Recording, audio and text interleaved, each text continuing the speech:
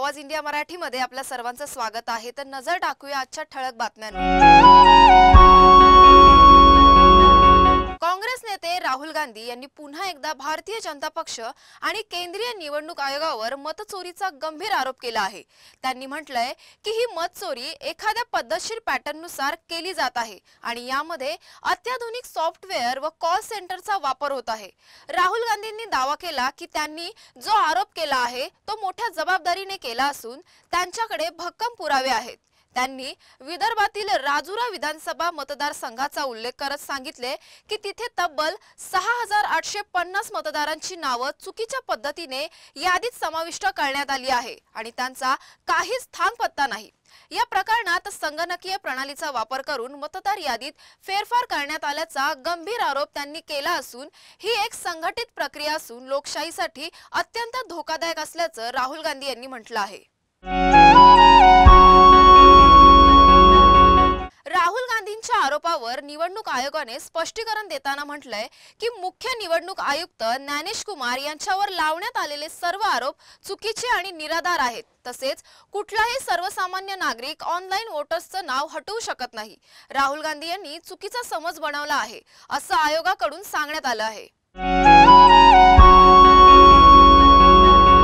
पंतप्रधान नरेंद्र मोदी यांना त्यांच्या आजपर्यंतच्या कारकिर्दीत मिळालेल्या अनेक भेटवस्तूंचा ई-लिलाव आजपासून सुरू झाला आहे।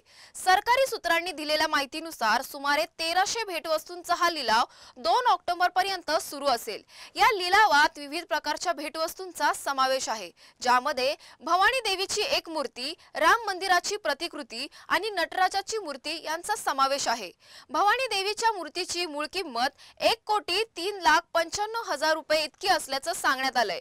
भेटवस्तू सध्या NGMA येथे प्रदर्शित केल्या आहेत, जिथे दर्शक त्या पाहू शकतात। त्यानंतर ते वस्तूंसाठी ऑनलाईन बोली लावू शकतात। महाराष्ट्रातील अतिवृष्टीमुळे शेतकऱ्यांचे प्रचंड नुकसान झाले असून सरकारकडे निधी नाही म्हणून कर्जमाफी किंवा मदत दिली जात नाही। अशा पार्श्वभूमीवर राष्ट्रवादी काँग्रेस शरद पवार गटाचे आमदार रोहित पवार यांनी मुख्यमंत्री निवास वर्षा येथे करण्यात आलेल्या महागड्या दुरुस्तीवरून प्रश्नचिन्ह उपस्थित केला आहे। वर्षा निवासस्थानी डबल बेड, मॅट्रेस, सोफा यासाठी 20.47 लाख आणि केवळ किचनच्या दुरुस्तीसाठी 19.53 लाख म्हणजेच एकूण 40 लाखांहून अधिक खर्च झाल्याचा आरोप रोहित पवारांनी सरकारवर घणाघात केला आहे। त्यांनी ई-निविदेचा पुरावाही सोशल मीडियावर शेअर करत विचारला आहे की ही जनतेच्या पैशांची उधळपट्टी नाही का? संजय राऊतांनी आनंद दिघेचा फोटो बाळासाहेबांच्या बरोबरीने लावल्यावर आक्षेप घेतला होता। यावर बीजेपी नेता ज्योती वाघमारे यांनी संजय राऊतांवर टीका करत म्हटलंय, रामाच्या शेजारी हनुमान शोभून दिसतात, तसेच बाळासाहेबांच्या शेजारी दिघे साहेब शोभून दिसतात असं म्हटलं आहे।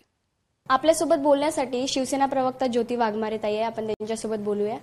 आपण बघतोय की काल संजय राऊतांनी विधान केलं की बाळासाहेबांच्या बाजूला दिघे साहेबांचा फोटो लावू नये, तर त्याबद्दल तुमचं काय मत आहे? तुम्हाला काय वाटतं? रामाच्या शेजारी हनुमान शोभतात ना, तसेच दिघे साहेब हे हिंदू हृदय सम्राट बाळासाहेब ठाकरेंच्या शेजारी शोभून दिसतात। ही गुरु शिष्याची पवित्र परंपरा आहे। पण ताई, ही गुरु शिष्याची पवित्र परंपरा संजय राऊतांना कशी कळणार?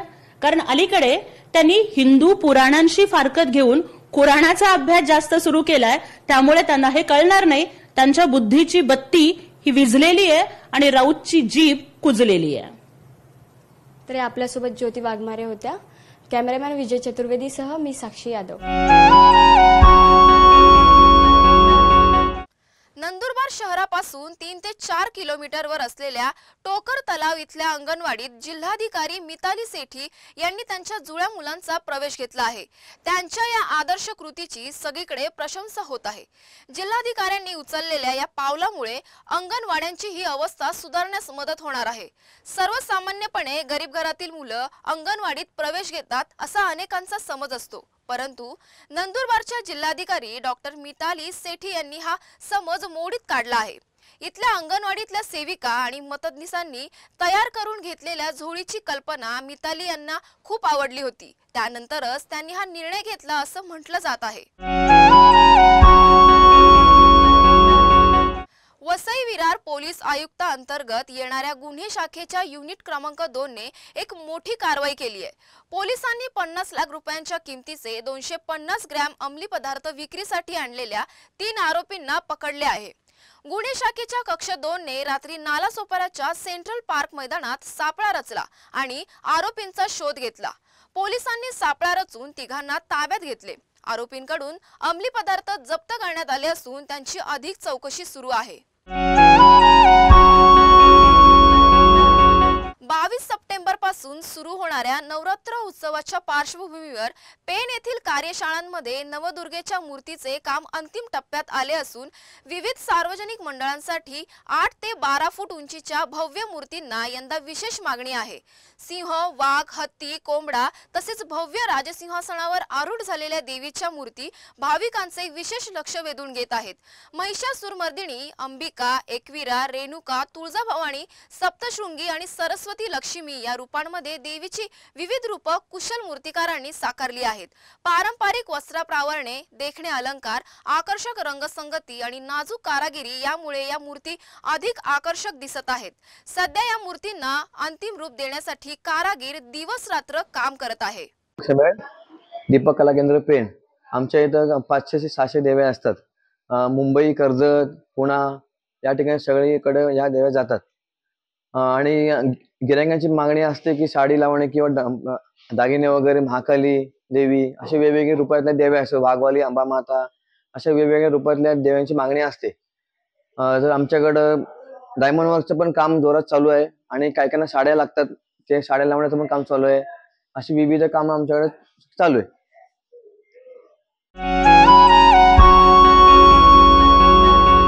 अशाच महत्त्वाच्या बातम्या बघण्यासाठी पाहत रहा आवाज इंडिया मराठी।